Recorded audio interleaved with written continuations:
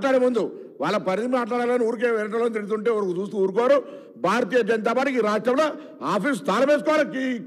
విభజనను తిట్టిన తర్వాత వాళ్ళకి హక్కెక్కరు సార్. నేను రాజకీయ విమర్శ చేయదలుచుకోలేదు. గౌరవ మంత్రి గారు మాట్లాడినట్టు నేను తిరిగి మాట్లాడదలుచుకోలేదు. కానీ అధ్యక్ష, కొన్ని ఆరోపణలు చేసినప్పుడు ఈరోజు గౌరవ మంత్రి గారికి మీ ద్వారా ఒక విషయం స్పష్టం చేయదలుచుకున్నాం అధ్యక్ష. ఆ రోజు పార్లమెంట్లో భారతీయ జనతా పార్టీ మద్దతు లేకుంటే కాంగ్రెస్ పార్టీ బిల్లు పెట్టడానికి ముందుకొస్తుండేనా? కాంగ్రెస్ పార్టీ బిల్లు పెట్టడానికి మీకు శక్తి ఉండేనా? టీఆర్ఎస్ పార్టీకి ఇద్దరే పార్లమెంటు సభ్యులుంటే వాళ్ళు ఎక్కడ ఉన్నారో టీవీ ఫుటేజ్లలో ఆ రోజు కనిపించలేదు. కానీ భారతీయ జనతా పార్టీ మద్దతుతోనే, ఈరోజు స్వర్గీయ సుష్మా స్వరాజ్ గారి మద్దతుతోనే తెలంగాణ రాష్ట్రం వచ్చిందన్న విషయం గౌరవ మంత్రి గారు మర్చిపోయినట్లున్నారు. అధ్యక్ష, ఈ తెలంగాణ సాంప్రదాయం ఎవరైనా సాయం చేస్తే సచ్చేదాకా గుర్తుంచుకుంటారు. అంత గొప్ప సాయం చేసినటువంటి భారతీయ జనతా పార్టీ మీద ఆరోపణలు చేయడానికి వీళ్ళకు మనసు ఎట్లొస్తున్నదో నాకైతే అర్థమైతే లేదు అధ్యక్ష. గౌరవ ముఖ్యమంత్రి గారు ఒక మాట మాట్లాడిండ్రు.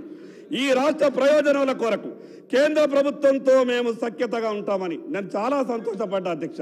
ఎందుకంటే గౌరవ ముఖ్యమంత్రి గారు మాట్లాడినటువంటి మాటలు విన్న తర్వాత నాకు చాలా సంతోషం అనిపించింది. ఎందుకంటే గతంలో ప్రధానమంత్రి గారు ఈ రాష్ట్రానికి శంకుస్థాపనలకు ప్రారంభోత్సవాలకు వచ్చినప్పుడు గతంలో ఉన్నటువంటి ప్రభుత్వం మాజీ ముఖ్యమంత్రి గారు ఈ తెలంగాణ రాష్ట్ర ప్రయోజనాలు దెబ్బతీసే విధంగా ఆ శంకుస్థాపనలో ప్రారంభోత్సవాల్లో పాల్గొనలేదు. దానివల్ల తెలంగాణకు అన్యాయం జరిగిందని కొంత భయపడ్డాం అధ్యక్ష. కానీ గౌరవ ముఖ్యమంత్రి గారు మాట్లాడిన మాటలు విన్న తర్వాత మేము చాలా సంతోషపడ్డాం అధ్యక్ష.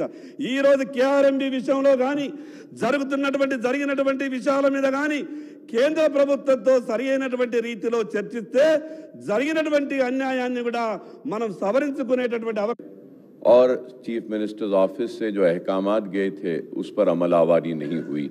तो उस ताल्लुक से मैं ये कहना चाहता हूँ कि 1 महीने में रमज़ान का आगाज़ होगा, तो अभी से अगर रमज़ान के इंतज़ामात की मीटिंग बुलाई जाती है और अहकामात दिए जाएं कि रमज़ान के